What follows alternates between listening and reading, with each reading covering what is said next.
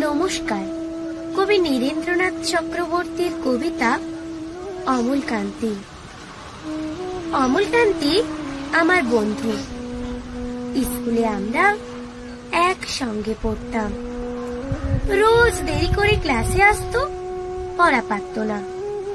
শব্দরূপ জিজ্ঞেস করলে এমন অবাক হয়ে জানলার দিকে তাকিয়ে থাকতো যে দেখে ভারী কষ্ট হতো আমাদের। আমরা কেউ মাস্টার হতে চেয়েছিলাম, কেউ ডাক্তার, কেউ উকিল। অমলকান্তি সে সব কিচ্ছু হতে চায়নি।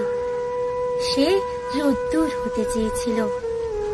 ক্ষান্ত বর্ষণ, কাক ডাকা বিকেলের সেই লাজুক রোদ্দুর, জাম আর জামরুলের পাতায় যা নাকি অল্প একটু হাসির মতন লেগে থাকে।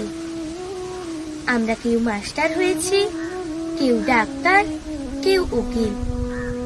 অমলকান্তি রোদ্দুর হতে পারেনি।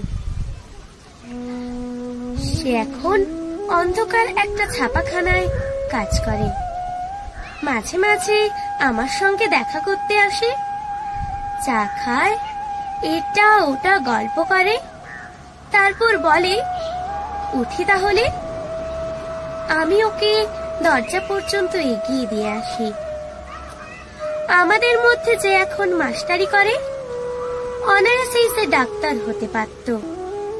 যে ডাক্তার হতে চেয়েছিল, উকিল হলে তার এমন কিছু ক্ষতি হতো না। অথচ সকলেরই ইচ্ছে পূরণ হলো, এক অমলকান্তি ছাড়া। অমলকান্তি রোদ্দুর হতে পারেনি।